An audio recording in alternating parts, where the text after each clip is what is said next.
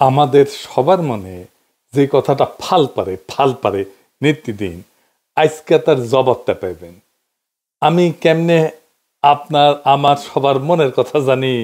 আমি খালি আপনার মনের কথা জানি না, আপনিও আমার মনের কথা জানেন। এটা আসলে পুরা জাতির মনের কথা। কি সেটা? এক নাম্বার কথা হইতেছে, ইলেকশন কি আদৌ হবে? 2 নাম্বার, ইলেকশন নিয়ে সবার মনে শঙ্কা কেন? 3 নাম্বার, কারা চায় না ইলেকশন হোক? এই 3 প্রশ্নের জবাব দেওয়ার আগে আমাদের এক লম্বা কাহিনী শুনতে হবে। আশা করি শুনতে খারাপ লাগবে না, কারণ এই কাহিনীর মধ্যে আপনার অনেক প্রশ্নের জবাব আপনি পেয়ে যাবেন। প্রথমে শুরু করি এরশাদ বিরোধী আন্দোলন দিয়া।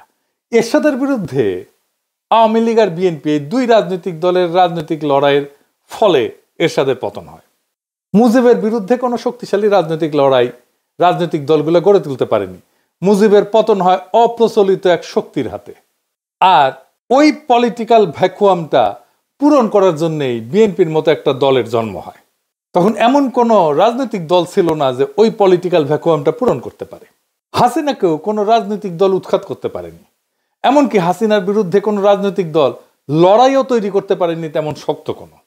হাসিনার পতন হয়েছে রাজনৈতিক দলের বাইরের শক্তির হাতে। এই বাইরের রাজনৈতিক শক্তি শুধু ছাত্ররা না, রাজনৈতিক দলের বাইরের শক্তি অনেকগুলো ছিল, অনেক কয়জন দাঁড়ায় গেছিল। এরা কারা কারা? এদের চেনা কঠিন না। এরা এক একটা রাজনৈতিক লড়াইয়ের মধ্যে দিয়ে রাজনৈতিক শক্তি হয়ে উঠছে। আসেন দেখি তারা কারা। হাসিনার আমলে হাসিনার শাসনকে নাড়া দিতে পারছে সত্যিকার অর্থে 4টা আন্দোলন, যে আন্দোলনগুলোতে সাধারণ মানুষ সম্পৃক্ত হয়েছিল। রাজনৈতিক দলগুলো আন্দোলন করছে, জামাত আন্দোলন করছে আগে, বিএনপি আগে আন্দোলন করছে, কিন্তু সাধারণ মানুষ সেটাতে সম্পৃক্ত হয় নাই। জামাতের একটা আন্দোলনেই সাধারণ মানুষ সম্পৃক্ত হয়েছিল, সেটা হইতেছে মাওলানা দেলোয়ার হোসেন সাঈদীর ফাঁসির আদেশ দেওয়ার পরে। কিন্তু সেই আন্দোলনটা খুব বেশি দিন চালাইতে পারেনি তারা। তাহলে এই অরাজনৈতিক শক্তিগুলোর আন্দোলনগুলো কি কি? 1 নাম্বার, হেফাজতের 5ই মের আন্দোলন। 2 নাম্বার, নুরুল হক নুরদের টাইমের সে কোটা সংস্কার আন্দোলন। 3 নাম্বার, নিরাপদ সড়কের আন্দোলন। আর ফাইনালি 2024-এ কোটা আন্দোলন এবং আলটিমেটলি বর্ষা বিপ্লব। এই সব কয়টা আন্দোলনে সর্বশক্তি নিয়ে নেতা থেকে শুরু করে কর্মী সমর্থক পর্যন্ত ছিল জামাত শিবির। বিএনপির নেতারা না থাকলেও কর্মীরা অনেকেই থাকতো, প্রায় সকলেই থাকতো বলা চলে। এই লড়াইগুলোতে নিজেদের তাগিদে তারা যুক্ত হইতো। আর পাশাপাশি একটা ইন্ডিপেন্ডেন্ট সোশ্যাল মিডিয়া ফোর্স তৈরি হয়েছিল, যেটা এখনো এক্সিস্ট করে, এখনো আছে, জিন্দা আছে। এই যে লড়াইগুলোতে জামাতের অংশগ্রহণ, লড়াইগুলোর একটা গুণগত পরিবর্তন করে দিছিল। সেটা হইতেছে রাজনৈতিক লড়াই পরিচালিত হইতেছে ইসলামী রাজনৈতিক চিন্তায় ভর কইরা। বিএনপির কর্মীরা সংখ্যা বাড়াইছে, কিন্তু লড়াইয়ে কোনো কর্তৃত্ব বা বয়ান তৈরি করতে পারে নাই, নেতৃত্বও নিতে পারে নাই। রাজনৈতিক লড়াইয়ের ভাষাও পরিবর্তন হইতে থাকে। স্বাধীনতার বদলে আজাদি শুনি আমরা, বিপ্লব দীর্ঘজীবী হোক এর বদলে শুনি ইনকিলাব জিন্দাবাদ। এমনকি বামপন্থীরাও কারবালা বলে, আমি জাহিলিয়াত বলে। শোষক আর শোষিতের বদলে আমরা ব্যবহার করি জুলুম আর মজলুম। ন্যায়ের বদলে ব্যবহার করি ইনসাফ। গণভবন দখল করাকে বলি আমরা ফতে গণভবন। লড়াইয়ের ভাষা দিয়ে বুঝতে পারবেন কারা লড়াইয়ের মূল শক্তি। এই লড়াইয়ের মূল শক্তি ছিল বাংলাদেশের ইসলামপন্থী রাজনৈতিক শক্তি। বিপুল পরিমাণে মাদ্রাসার ছাত্র শহীদ হয়েছে। হাসিনার সবচেয়ে বড় ভুল হয়েছিল কি জানেন? নিরাপদ সড়ক আন্দোলনকে গুন্ডা দিয়া থামানো। ওই নিরাপদ সড়কের লড়াই যে স্কুল ছাত্ররা করছিল, তারাই 2024-এ বিশ্ববিদ্যালয়ের ছাত্র হয়। এরা আগের অভিজ্ঞতায় জানে কিভাবে হাসিনা দমায় দেয় আন্দোলনকে। তারাও আগের অভিজ্ঞতা কাজে লাগায় জান লড়াইয়ে ফাইট দিল। সারা দেশের মানুষ পাশে দাঁড়াইলো। হাসিনা পলাইলো। বাঙ্গু এলিটেরা, সুশীলেরা দেখলো তার সাম্রাজ্য ধরঝর করে ভেঙে পড়তেছে, ধ্বংস হয়ে যাইতেছে। আগায় আসলো সেই সিভিল মিলিটারি ব্যুরোক্রেসি। ওয়াকার সাহেব গাড়ি পেটাই দিল, বুড়া চ্যাংড়া সব পলিটিক্যাল লিডারদেরকে ডাইকে নিয়ে গেল। তারা নাচতে নাচতে চলে গেল। একটা সরকার হইল, ইন্টেরিম সরকার, যার কাজ হবে শুধু ইলেকশন। ওয়াকার সাহেব বুকে পাথর বেঁধে একটা সরকার উপহার দিল বাংলাদেশকে। বুকের রক্ত দিল সাধারণ মানুষ। যে রক্ত নেওয়ার কাজ করছে ওয়াকারের কমান্ডে থাকা অফিসারও। সে বিপ্লবোত্তর সরকার তৈরি করে ওয়াকার। কি তামাশা! দেশের মানুষ যে রাষ্ট্রের একটা বদল চাইছিল, সেইটারে কব্বর দেওয়ার চেষ্টা হইল, মাঠে নামাইলো বুদ্ধিজীবীদেরকে, শুরু হইলো তাদের বিরুদ্ধে আক্রমণ যারা একটা বিপ্লবী সরকার চাইতেছিল। একদিকে ডাক্তার জাহেদ, তাসনিম খলিলের মতো সুশীল, আর একদিকে ওয়াকারের পোত বালকের মতো কুত্তা সুতারা, বিরানি আলমের মতো মাদার বোর্ডেরা, আর সাথে জুটলো নটি মাগিরা, নাম কইলাম না, আমাদের দাবরানির উপরে রাখলো। অভিযোগ কি? আমরা নির্বাচন চাই না, আমরা কামান চাইছিলাম। প্রফেসর ইউনূস আমাদের পিস্তল দিতেছিল, অন্তত যেন সেইটা পাই, দুধের স্বাদ যেন ঘোলে মিটাইতে পারি, সেইটা করতে চাইছিলাম, সেটাও করতে দেবে না।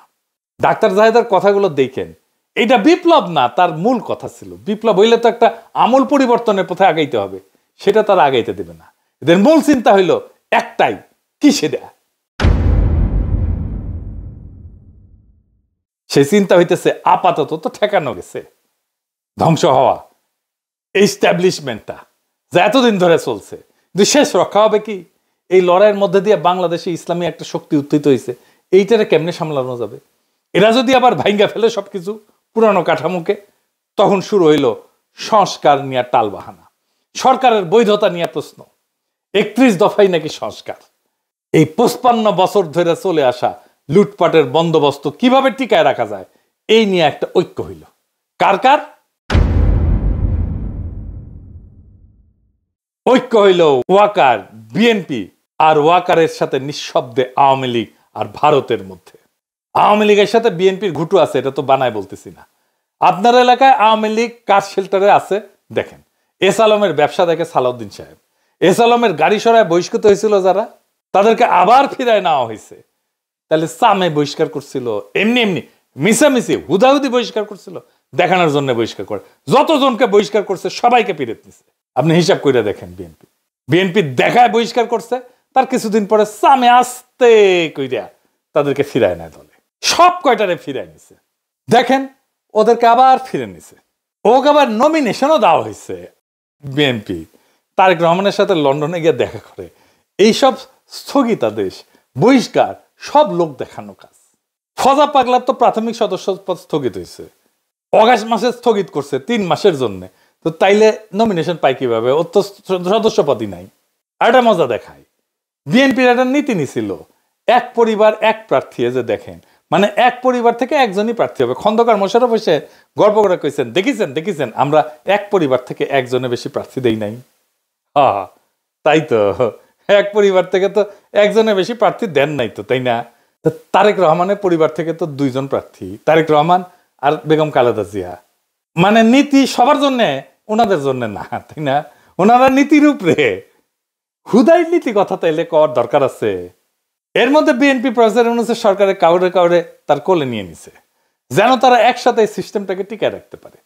এতদিন তারা মোটামুটি খোশ মেজাজেই ছিল, কিন্তু সব হিসাব তাদের পাল্টে গেল। একটা ভয় তাদের তারায় ফেরতেছে সেই দিন থেকে, বিরাট একটা ভয়। কি সেই ভয়? আর কেন তাদেরকে তারায় ফেরতেছে, আর কোন দিন থেকে তারা ভয় পাইতেছে, সেই জিনিসটা আসেন বুঝে দেখি। গত 20 বছরে যারা ভোটার হয়েছে, তারা কারে ভোট দিবে জানেন? জানেন না তো, আমরা কেউই জানি না। বিএনপি কে যে ভোট দিবে না এটা তো জানা গেছে, ছাত্র সংসদ নির্বাচনে দেখা গেছে তরুণেরা ভোট দিতেছে বিএনপি কেনা। বিএনপি থার্ড হয়েছে বেশিরভাগ জায়গায়। আগে তো টাকা দিয়া ভোট কেনা যাইতো, গুন্ডার হুন্ডা দিয়া কেন্দ্র দখল করা যাইতো। এটা কি আবার করা যাবে? যাবে না, ওরাও নিশ্চিত না। আগে মনে করেছিল ইলেকশন দিলে তো বিএনপি জিতে যাবে, তাই রে নাই রে না, এখন সেই কনফিডেন্স আর নাই। কনফিডেন্স থাকলে জাস্টিস শাহাবুদ্দিনের 91 ইলেকশনের মতো একটা ইলেকশন করে ফেলতো, সবকিছু ঠিক আছে। এরশাদ নাই, বাকি সব ঠিক আছে, তাই হইতো। ওইটা করলে একটা মোটামুটি ফেয়ার ইলেকশন দিত। যদিও ফেয়ার ইলেকশন দিলে 91 মতো চমক আসতে পারে। 91 কি হয়েছিল জানেন? আর্মি, প্রশাসন, পুলিশ, ব্যুরোক্রেসি, এমনকি বিএনপিও মনে করেছিল আওয়ামী লীগ ক্ষমতা আসবে। ক্ষমতা আসলো বিএনপি। ওই একই অবস্থা হবে এবার। আর্মি তো বিএনপির সাপোর্ট দিতেছে, ওয়াকার দিতেছে। প্রফেসর ইউনূসের সরকারের কিছু উপদেষ্টাও কাজ করতেছে বিএনপির জন্য। কিছু যে ভিড়িছে, বিএনপি কইছে আপনাকে রাখবো আমরা পরের সরকারে, আর আনন্দে চলে গেছে আর কি। জামাত মনে করে যে বিএনপি ক্ষমতা আসতেছে, কিন্তু ডিপ স্টেট এটা মনে করে না। তারা সেই জন্য 2008 সালের নির্বাচনের মতো ব্যবস্থা করতে যাচ্ছে, যেখানে সুনিপুণ ভাবে গোয়েন্দা সংস্থা নিয়ন্ত্রিত একটা ইলেকশন হবে। বিএনপির সাথে ওয়াকার আছে, কিন্তু ব্যুরোক্রেসি পুলিশের পুরোটা নাই। এটাই বিএনপির মাথা ব্যথা, ওয়াকারেরও মাথা ব্যথা। প্রফেসর ইউনূসের বেশ কিছু উপদেষ্টা কবজা করে ফেলছে। তাই বিএনপি প্রশাসন আর পুলিশ আর ব্যুরোক্রেসিকে কিভাবে কবজা করা যায় এই ঘুটু করিচ্ছে। প্রফেসর ইউনূসের কাছে খালি ধর্ণা দিচ্ছে। জামাত কি বুঝবার পারিচ্ছে যে এরকম একটা নির্বাচনের পায়তারা চলিচ্ছে?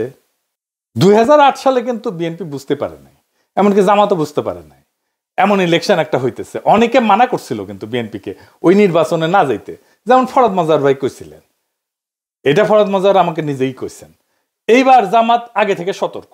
তাই দেখেন জামাতের বিরুদ্ধে কামান দাগানো ইতিমধ্যেই শুরু হয়েছে। জামাত নাকি নির্বাচনই চায় না, মানে শিবির যেটি নির্বাচন করেছে সেটি তো জিতিচ্ছে। জামাতের অবস্থা আপনারা জানেন, জামাতের তো অবস্থা খারাপ না, জামাতের জনপ্রিয়তা বাড়ছে। না, জামাত কেন নির্বাচন চাইবে না? বুঝতে পারতেছেন তো কে কেন কোন কথা কইতেছে? জামাত যদি মাঠ ফাঁকা মাঠ ছাইরা না দেয়, ছাইরা দেওয়ার সম্ভাবনা কম, তাইলে একটা ভয়ঙ্কর সংঘাতময় নির্বাচন হবে। কার কার মধ্যে সংঘাত হবে? যারা একটা পাতানো নির্বাচন করতে চাইতেছে আর যারা নির্বাচনে বিজয়ী হইতে চায়, জনগণের যাদের সমর্থন আছে। প্রফেসর ইউনূস বলছেন একটা সুন্দর নির্বাচন উপহার দিতে চান। যদি তাই চান তাহলে গোয়েন্দা সংস্থার এই পরিকল্পনা যেন বাস্তবায়ন করতে না পারে সেই ব্যবস্থা প্রফেসর ইউনূসকে করতে হবে। কোন রাজনৈতিক দলের আবদারে চাপে প্রশাসনে বা পুলিশে কোনো পরিবর্তন করবেন না। আপনার নিরাপত্তা উপদেষ্টা নাকি পুলিশেও নাক গলাইতেছে, শোনা যাইতেছে ওনার সাথে নাকি তারেক রহমানের বরাবর হয়েছে, সিস্টেম হয়েছে। সেই জন্য তার বিরুদ্ধে বিএনপি নীরব হয়ে গেছে। আগে দেখেছিলেন না, একসময় মনে হয়েছিল খলিলুর রহমানকে তো না সরিলে মুখ ধোবো না, ভাত খাবো না, ঘুম যাবো না আজকে রাতে, এটাই করছিল বিএনপি। এখন সব কিছু শান্ত, ঠান্ডা, পুকুরের মতো শান্ত। খলিলুর রহমান এখন তাদের সমস্যা না। ক্ষমতা একটা আশ্চর্য জিনিস, বুঝছাও? কত মানুষকে পাল্টায় যেতে দেখলেন। কখনো যদি আমাকে দেখেন ক্ষমতার কাছাকাছি দৌড় মারিচ্ছি, পিছে থেকে টেনে ধরে রাখবেন, খিচ্চা টেনে ধরে রাখবেন যেন ওইটি যাবার না পারি। যাই হোক, বাংলাদেশের দুর্ভাগ্য হইতেছে মুষ্টিমেয় এলিট সংখ্যাগুরু মানুষকে শাসন করে সব সময়। আর সংখ্যাগুরু মানুষ এই এলিটদেরকে উৎখাত করার জন্য রক্ত দেয়, তারপর আবার বুঝাই টুজাই আবার এলিটরা এসে বসে পড়ে। এই ব্যবস্থাকে উৎখাত করার সুযোগ এসেছিল 5ই আগস্টে, আমরা হারাইছি সেই সুযোগ। সামনে নির্বাচনে যদি সিস্টেম করে জিতায় দেওয়ার চেষ্টা করা হয় তাহলে বিপ্লবের যেটুকু অবশিষ্ট আছে না, তা ধ্বংস হয়ে যাবে। এখন আপনাদের কাছে প্রশ্ন, এই বিপ্লবকে কি ধ্বংস হইতে দিবেন? তবে এখন সময় কেবল অভিযোগ বা হতাশার না। আমি হতাশ হইতে নিষেধ করি। এখন সময় জায়গায় ওঠার, এক হওয়ার আর নিজের ভবিষ্যৎ নিজের হাতে নেওয়ার। এটাই আমাদেরকে রক্ষা করবে। ইতিহাস বলছে যখন জাতি বিভক্ত হয় তখন এই এলিটেরা, শোষকেরা টিকে যায়, কিন্তু যখন মানুষ সচেতন, ঐক্যবদ্ধ, সাহসী হয় তখন কোনো কৃত্রিম শক্তি তাকে দমায় রাখতে পারে না। এই যে যারা যারা এক হয়েছে, আওয়ামী লীগ, ভারত, ওয়াকার, বিএনপি, প্রফেসর ইউনূসের কিছু উপদেষ্টা, এগুলো কৃত্রিম শক্তি। এই শক্তি দমায় রাখতে পারবে না বাংলাদেশের সাধারণ মানুষকে। আমাদের তরুণদের রক্ত, স্কুল কলেজ বিশ্ববিদ্যালয়ের ছাত্রদের আত্মত্যাগ, সাধারণ মানুষের ন্যায়বোধ, তাদের লড়াইয়ের ক্ষমতা, এগুলো নিছক স্মৃতি কথা না, এগুলো ভবিষ্যতের ভিত্তি। এগুলোকে রক্ষা করতে হবে শুধু কথায় না, কর্মে, সততায়, সংগঠনে, তথ্যে, আইনে, নৈতিক প্রতিরোধের মাধ্যমে। এইবার আমাদেরকে ভাবতে হবে আমরা কি কেবল কথা বলবো নাকি বদল আনবো। ভয়, অপপ্রচার আর বিভক্তিকে হারাইতে হইলে লাগবে ধৈর্য, পরিকল্পনা আর সাহস। এখনই সময় সেই সাহস দেখানোর। এই দেশটা আমাদের, এই দেশ এলিটদের না, এই দেশ সংখ্যাগরিষ্ঠ সাধারণ দরিদ্র মানুষের। এই ইতিহাসও আমাদের। যারা রক্ত দিছে তারা চায় আমরা যেন ভয় না পাই। অন্ধকার যত গভীরই হোক, ভোরের আলো আসবেই যদি আমরা একসাথে থাকি এবং বিশ্বাস করি যে পরিবর্তন কেবল সম্ভব না, পরিবর্তন অপরিহার্য। সামনের ভোটের জন্য তৈরি হন। কাকে ভোট দেবেন সেটা নিয়ে আলাপ হবে, আলাপ করা যাবে, কিন্তু কাকে ভোট দেবেন না সেইটা এখনই ঠিক করে ফেলেন। কাকে ভোট দেবেন না সেটা আমার মুখ ফুটে বলে দেওয়ার দরকার নাই, আপনারা নিজেরাই জানেন। এটাই বিজয়ের প্রথম ধাপ। আমরা এই নির্বাচনে বেহাত বিপ্লবের পুনর্দখল করতে পারবো ইনশাল্লাহ, যদি আমরা এক থাকি, যদি আমাদের কৌশল ঠিক থাকে, যদি আমাদের সাহস, সততা এবং লক্ষ্য স্থির থাকে। ইনকিলাব জিন্দাবাদ।